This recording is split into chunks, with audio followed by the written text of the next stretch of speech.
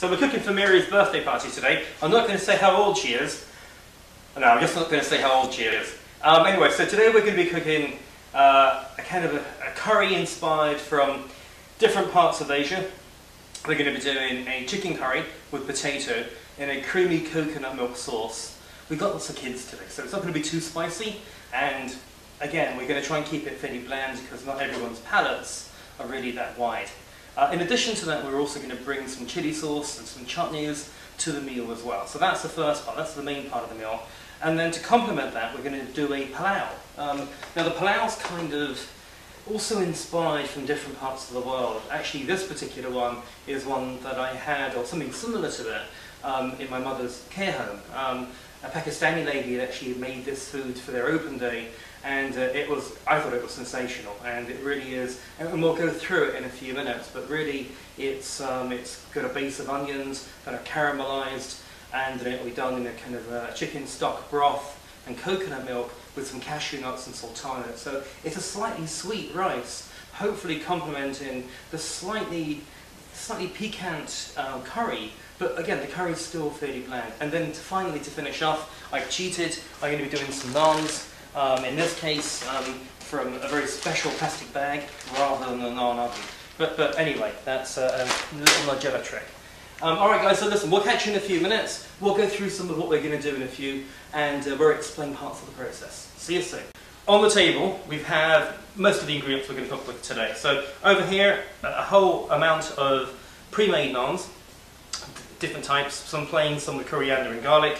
And I'm just going to walk through the ingredients, right? So we have a lot of waxy, young baby potatoes. They're going to go into the curry. We bought them this size on purpose because we want their shape, but we want them to be small so they cook reasonably quickly. In addition to that, we have coconut milk, and there's more in the cupboard as well. And I'm just going to go through the different spices that we have and other ingredients. So onions, as you'd expect, and again, the onions are going to be used in two ways, for the pilau rice and for the curry. And I'll talk about how we're going to use them slightly differently for each of those two dishes. In addition to that, with some sultanas, again, as I mentioned, for the pilau, that will make it slightly sweet and give a nice texture to the rice, which should complement the overall dish. In addition to that, we're cheating today, so we have a bit of chicken stock, again, just to give a bit of extra fullness and body to both dishes as we go forward. And again, I'll explain how we're going to try and use that today. Apart from that, I've got some black mustard seeds, and we're going to fry those up. We'll hear those pop in later on. We also have cumin. Again, this is a cumin seed rather than powder, and again, we're going to fry those because they'll release more of the oils and give a huge amount of additional flavour over the powder. In addition to that, we have cardamoms, and the cardamoms will be going both into the curry and the rice, but in different forms, or maybe one's going to be crushed first into the rice, so it's more edible rather than being in husk. In addition to that, we've cheated with the curry. We're actually using a curry masala. In this case, it's a tandoori curry, just for the practicality of the fact that we were travelling over the weekend. I've also got some cinnamon, and the cinnamon's going to go into the curry, and that will add a slight sweetness and piquantness to the curry as well. In addition to that, we've whole garlics, we have ginger over here, fresh ginger, we have basmati rice, and again for the pilau. We've also got some green beans, and interestingly enough, we're going to cut those and actually cut them into halves, and they'll go into the curries. So, and in addition to that, we have a packet of cashew nuts, again for the pilau. We're going to roast those briefly, and then, now, unfortunately, this is olive oil. With olive oil, it should really be like a less flavoursome oil, but because we're travelling, we're just working with what we have. And then finally, we have tamarind paste. Tamarind paste is a really incredible ingredient. It's in everything. It's in sauces, but it gives it kind of sweet, sour kind of flavour and depth to a meal, and that's really going to be like the secret ingredient in the curry that no one's going to understand how or what it is, but it really will drive a lot. And then finally, we have a bit of spring onions, just as a garnish to go over the over the rice. And that's in essence it. So they're all the key ingredients that we have. Okay guys, so that's the ingredients. We'll join you back in a few minutes as we go through preparing different parts of the dish. See you soon. Hey guys, alright, so the first thing we're going to do is actually do some preparation work. And the first thing is we're going to roast some cashew nuts. So these are raw cashew nuts. We're just going to put it into a warmed pan. There's no oil in it, nothing at all. It's just you can put your hand down and feel the heat from the pan. Now we've got to be careful because these go from roasting and being nice toasty to actually burning in no time at all.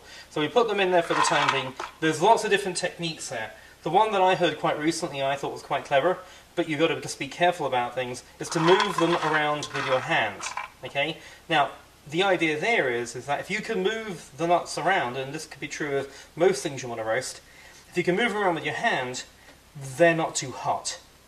If you use a stick, you're relying completely on your visual judgment, and you may and probably will get it right, but by moving it around, you can definitely sense and feel both the heat from the pan, but also feel the nuts as they move forward.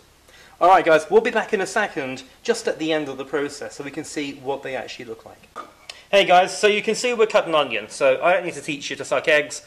Cutting onions are fairly straightforward, but the two things we wanted to talk about is how we're preparing the onions for the meal today. So here we can see a large onion. I've used a simple yellow onion, they're quite acidic. I'm cutting the onion in two different ways. This particular onion is going to be cut quite small, you can see little small pieces. We're going to cut it down. This is going to be in the base of the curry, and the idea of cutting it small is we're going to cook the onion in a particular way that will actually cook the onion completely to the point where you'll hardly recognize the pieces of onion. So we're trying to help ourselves by making the onion smaller. And then this is another onion we're going to prepare, and this one we're just using a slightly different technique. So you can see I'm taking slightly bigger pieces, and if I just go across for the time being, all I want to do is slightly longer strings. And again, this onion is going to be going into the pilau, and what we want is the onions to be traced. So I know they look quite similar, and we'll cut the other one longer ways, but the idea is, and that was a bit too large there, so we'll probably use this in the curry for the time being, but the idea is to have longer pieces so they actually end up as like threads in the rice, and then they can be both seen, and because they're going to be caramelized, they'll stand out from the white pilau rice. Alright guys, we'll catch you back fairly soon. Alright, so we're nearly finished with the cashews. So remember, we've been using our hands just to move them around, and if we come into the pot we can see they're just slightly browning. We want to stop it there, right, because there's going to be residual heat. So we're going to take those out now. This could probably go into a flat plate to kind of allow it to cool. But we can see the cashews there for the moment. And the idea, again, it kind of releases some of the oils, gives a bit more texture to the cashew nut. And we're going to put those into the pilau rice later on. So again, you can see just a little bit of colour. Probably better off in a flat plate, just to help them cool quicker. These we're going to leave outside, so it'll be nice and cool and cold air. And these will go into the rice, and we'll talk about that in a while. Alright guys, we'll see you in a few minutes. So, we're now in other parts of the process. We're doing some more preparation work. Here we're actually preparing remarkably garlic and ginger. So I've just finished peeling a bit of ginger. Now I'm actually cooking for 14 people today. I'm only going to probably plan to cook for 16, because I'm expecting hopefully a high intake in the food that we make. And we're really doing two things. The ginger we're going to crush the ginger and then chop the garlic, and then likewise with the ginger. So with the ginger, we want to just get small pieces. We don't want large pieces of the ginger to be found in the food. So we can see we're just going to slice this up, and this is going to go in as we prepare the base of the curry. So the idea is we get all the flavour, the piquantness of the garlic, of the ginger, and that will then add a huge amount of additional warmth and depth to the actual meal. Likewise with the ginger, so this one I'm using a slightly broader knife. Well, I'm going to cut this in half first. Try and crush it a little bit. These are quite hard, so we're just going to cut these. And again, the idea is to get small pieces of ginger. A lot of this is going to cook down quite shortly into small pieces, and will again add a huge amount of flavour to the actual curry. Okay guys, so we'll see you back in a few minutes and we'll continue the process. So we talked just now, and we can see the onion down here. We prepared the onions in two different ways. Cube onions on this side, and these onions on your left hand side are actually done and cut into longer strings. These are going to go into the pilau rice. That's the one that we're going to start cooking first. The onions need to be cooked slowly. We're going to caramelize them and get them really beautiful brown, and they're going to be these lovely strings of gorgeous sweet onion as we go forward. So we're putting some oil in the pot. The pan's fairly hot. We don't want to burn the onions. Now, we always have a challenge because we're cooking so much onion, much more than we normally cook for, so we're going to throw this in, and we may need to go back in a dish, modify the amount of oil as we continue the frying process. So we're going to leave that much, I think. Now, that looks like a lot of onion. But as we cook that down, and we'll see later on, that's really going to reduce and become nothing like as bulky, and it will become a smaller part of the overall dish. Alright guys, we'll see you very soon. We're going to be starting the main dish as well. We'll come back to that in a moment. We're back to the pans again. So we can see first of all, this is the onion that's going to go into the pilau. We're cooking that down. We've got to be careful. Here, some bits of it are actually browning too quickly. I have the heat on too high. We really want to slow it down. We want it to cook out, go from translucent into that beautiful golden brown colour. That's when all the sugars get released, and that's when it's going to add real depth to the actual meal. Now, in the big pot, where we're going to be cooking the curry, at the moment we haven't started the process there. So again, we're going to put some oil in. I wouldn't normally use olive oil, but that's all we have. So we're going to live within our means.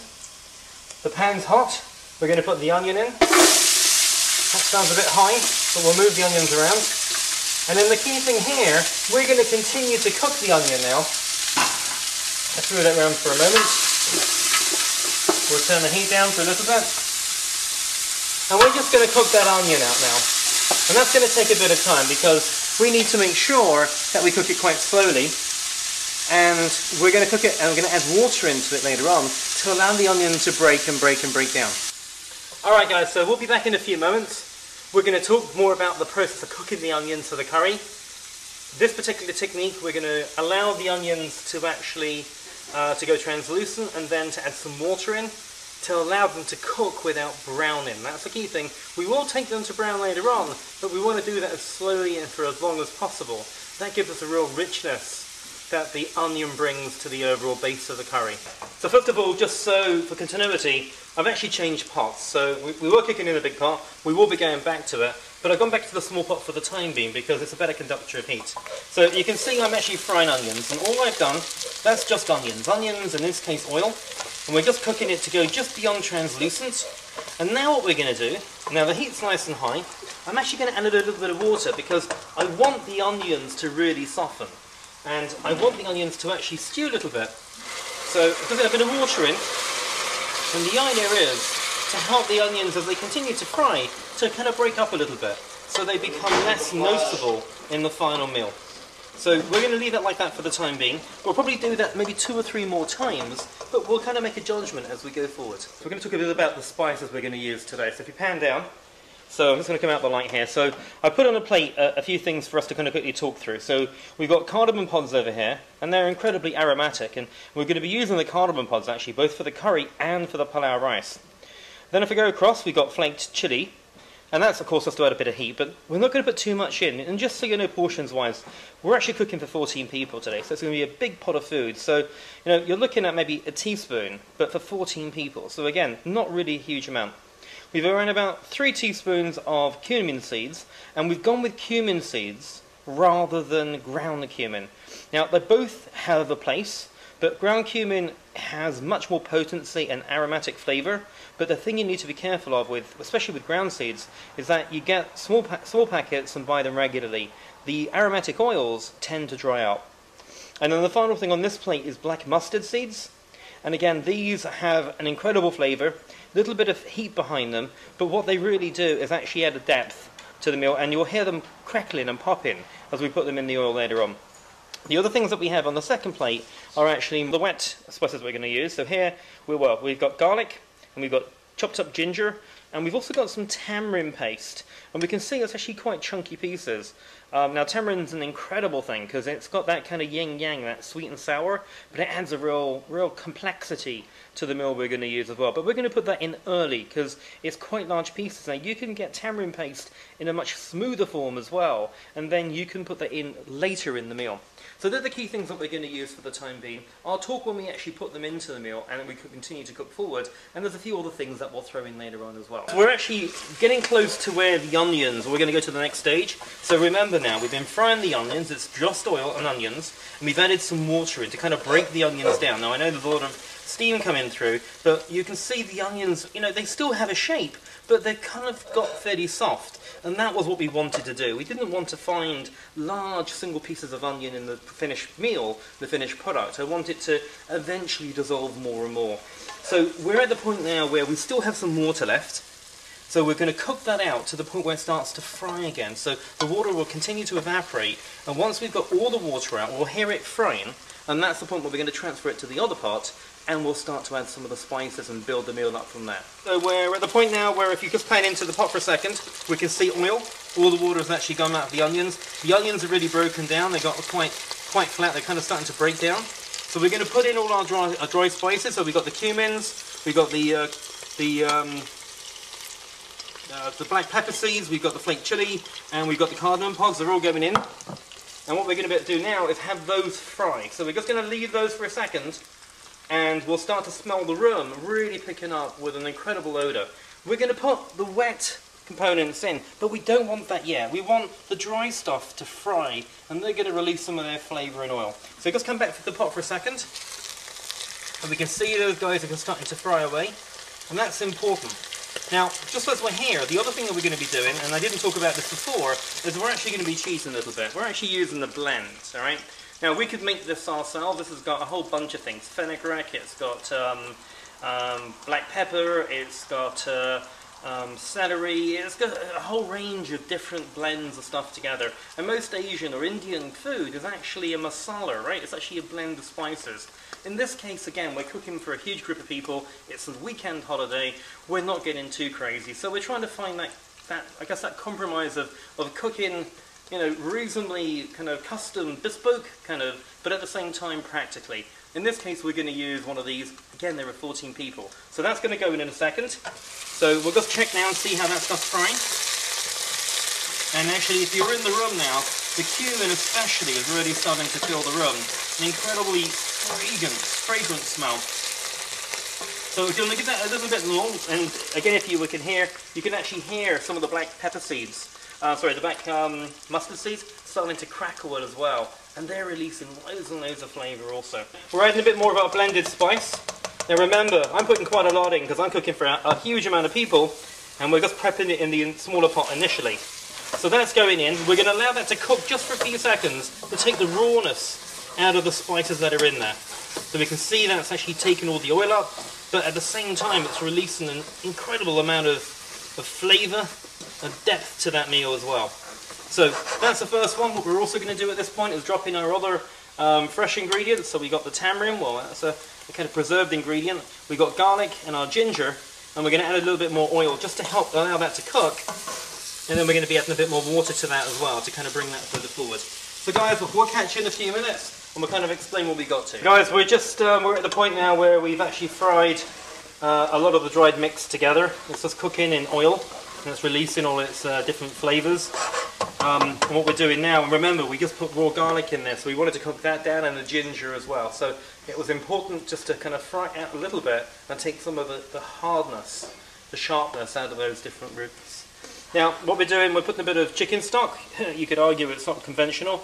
Again, I'm cooking for a large group of people. I don't have any salt. I wanted to add a bit more robustness to the overall meal. So this is, you could argue, is maybe not traditional, but I'm not making a traditional meal. I'm making this curry. So we're just throwing those in, and what we're now going to do is add a bit of water to this. Not too much. And you can see that it's very hot at the bottom. And we want now to take off the edge of the frying and allow all those materials to start to kind of gloop together and start to shear that flavour out. So that's going in there for the time being. We're going to allow that to cook for a little bit longer, and that will start to take the rawness out of the actual base. Then as we get ready, we're going to be adding coconut milk in a while, and then we get to add the final ingredients. So again, just a bit more water. We'll probably add a little bit more as we go along. We don't add too much, because in this particular case, this curry is going to be mainly made up of coconut milk, and we're going to be cooking our remaining ingredients in that larger broth. So you'll notice the pot's changed. We put it into the larger pot. Remember, we're cooking for 14 people, but we're going to cook for 16. The hope is that they're going to love the food, and they're going to want more. So we're cooking a little bit extra just in case.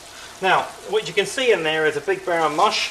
We have to be very careful, it's on the edge of burning, right? So what we've done, we have in here all the different spices we put earlier on, the onions. Now, I know it's very difficult to see, but you can hardly make out the onions now. They're really breaking apart.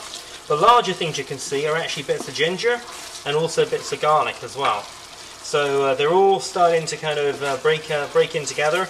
Also, the tamarind that we put, because they were large pieces, they were actually more or less kind of dissolved away, and that's what we wanted. It was really important that we actually cooked that all the way through. And remember, we've also got 10 cardamom pods, and that's going to add a huge amount of flavour. We do need to remind our audience, by the way, or who are going to eat the food, not to eat the cardamom pods. Mind you, I think they'll tell us if they found one. Alright guys, so this is actually going to be a potato and chicken curry. So you can see there's a huge amount of potato. I'm putting the potatoes into the base now because I want to actually warm the potatoes up a little bit. And it's easier for me to do so in this thicker stew than when I actually throw in the coconut milk and bring it further forward. So we can see at the moment we got the potatoes in. We can hear here the cooking's dropped completely. So I'm going to put the heat up a little bit more. Well, it's actually pretty close to the maximum now. And that's going to warm up. So as it warms up and it starts to bubble again, I'm going to put the coconut milk in a little bit at a time. Again, because I don't want to drop the heat completely in the food, but allow it to continue to cook at a reasonable temperature and ultimately up to a full boil. You can see as we put the coconut milk in, it will start to look different, but more importantly, it's going to start to soften the harshness of the stew that we have at the moment. I call it stew, you can call it curry. In essence, it's a stew, and we're just going to move that around a little bit. We'll add another tin in a couple seconds. Yeah, so these are the cardamom pods, and I just mentioned just now these are the seeds. So we're going to be putting those into a bowl, and because we don't have a mortar and pestle, we're going to crush them with the back of the knife, right? What I wanted to do was actually show you how you get the seeds out, so it's really easy. So in this case we can just pull one of these pods open, a little bit hard, and we can see the seeds that are inside there as well.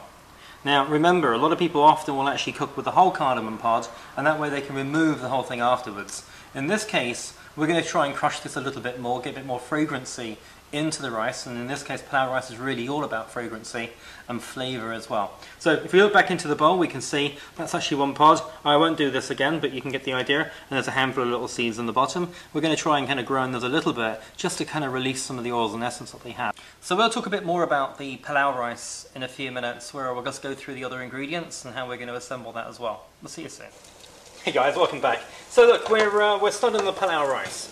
Now if you recall, right at the start we talked about chopping the onions up. So let me open the pot there for you so you can see. And what we've done, we've got long strings of onion. We've been frying those so they get caramelized to the point where they're nearly crispy. We want that. That's really important for us. For this particular pilau, we want the color, we want the texture and the sweetness of the onion to actually break through in the rice. And we're going to add a few other ingredients that we'll talk about in a minute. But that's really the real value. That's really going to carry that particular dish, or this particular dish, all the way through. So it's really important to have a good look. You can see it's really caramelized. Now with this one, I added a little bit of sugar. You've got to taste it, right? Because onions are onions, but they all have different levels of sugar.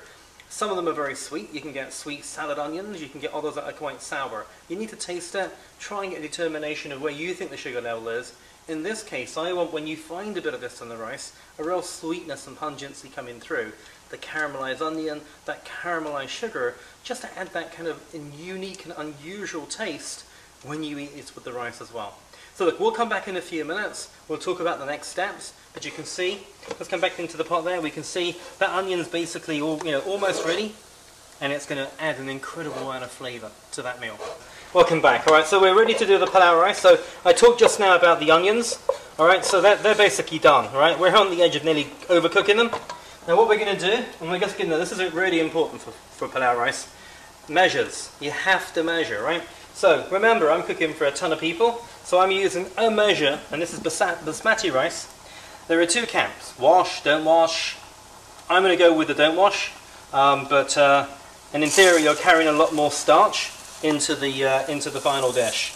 Alright, so we're just throwing the rice in. Now that's into that onion, and a little bit of residual oil. And all we're going to do for the time being is move that around. Now I'm going to probably need to add a bit more oil into this. What we want to do is actually coat all those individual grains of rice. Now remember, I'm not using the right oil. This is olive oil, not the right one. And actually, I guess etiquette would say it would be ghee, as opposed to even oil. Now, plan here is to coat all that rice. By coating the rice, we're kind of introducing a kind of form of non-stickness to the final dish. So we're just moving it around. We want the temperature to come up.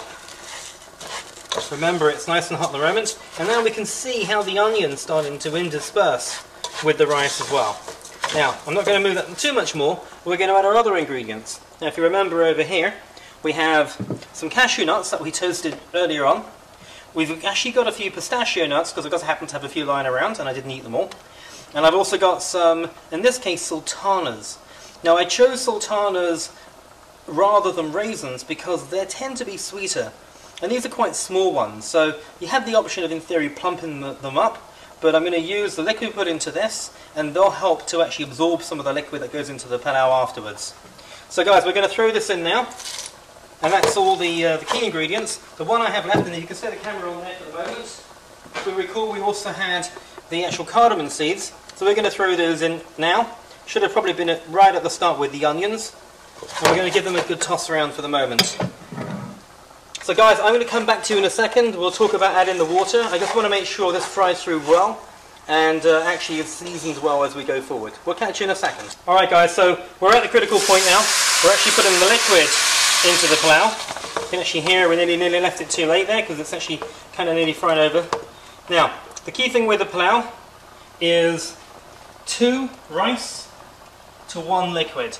So in this case, we're doing a pilau rice with coconut milk.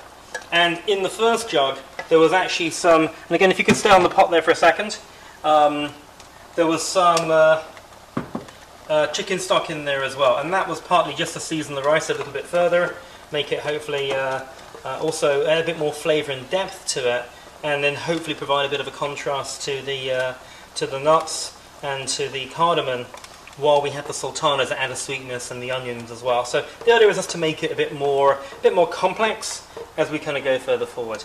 So I'm just going to add now another jug of fluid. You can see I've got some coconut milk in, and I'm going to fill that up with hot water. I'm going to put that on, get it to a boil, and then cover the lid. I will come back to you just at that point. Hey guys, so look, we're back to the curry, alright? We've got the pilau, just go in there, we're going to add a bit more stock to it in a moment. But we're at the point now where the broth's been bubbling away for a little bit, potatoes are in there, they've been in there for about 20 minutes. They're going to start to cook now. We've got to be careful that we don't go too far and they go to mush. But over here we've got a huge bowl of chicken. All I've done with the chicken is just sliced it. Now, I have washed my hands, but we're going to start putting the chicken into the broth. And what it's going to do, we're going to just spread it around as we do it. All that chicken is going to actually basically poach in that sauce now. Now at the moment we can see it's all bubbling. What will happen as we put the chicken in, it will drop the temperature.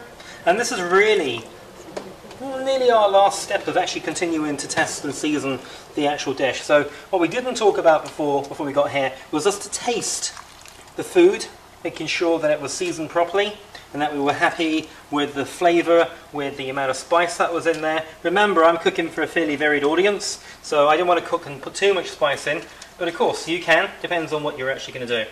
So the chicken's in now, we're just going to give it a bit of a move around, and then we're going to put that in a slightly lower temperature and allow that to cook, and then to continue to poach slightly and thicken up, and that's nearly a finished curry at this point. So we've got 2 pots on the go.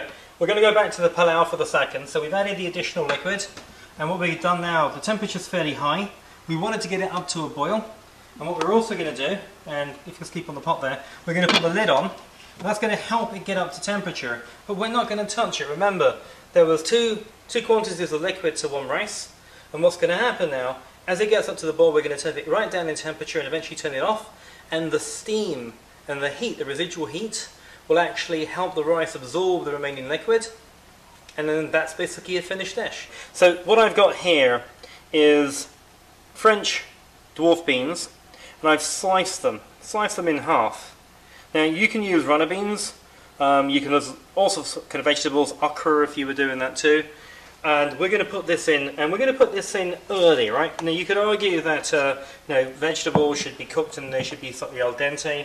In this case, we want these to be slightly overcooked. And they're actually going to darken a little bit as they go forward as well. But what they're going to add is a different kind of form of texture to the overall meal. And, again, another vegetable as well. But we're going to put those in now. Now, the chicken's only been in there for about 15 minutes. And because there's so much, it's still coming up to temperature. So what we want to do by having the beans in now is going to, in essence, overcook them. But we're going to cook them slowly. And again, when we come to the end, we'll see the kind of texture that we get.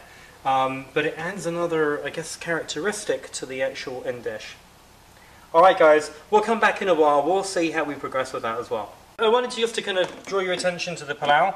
So if you can see through now, we've used a pot on purpose with a clear top. I haven't opened the top up and I'm just spinning it, but you can see through. So we can see the rice now and just see the bubbling fluid at the back. Now's when you take it off, and in actual fact, because this is an electric hob, I'm going to take it off the hob completely and just leave it over the side and allow the heat that's inside the pot in the rice to continue to cook that rice. And around about 15 minutes, 20 minutes, that's a finished dish.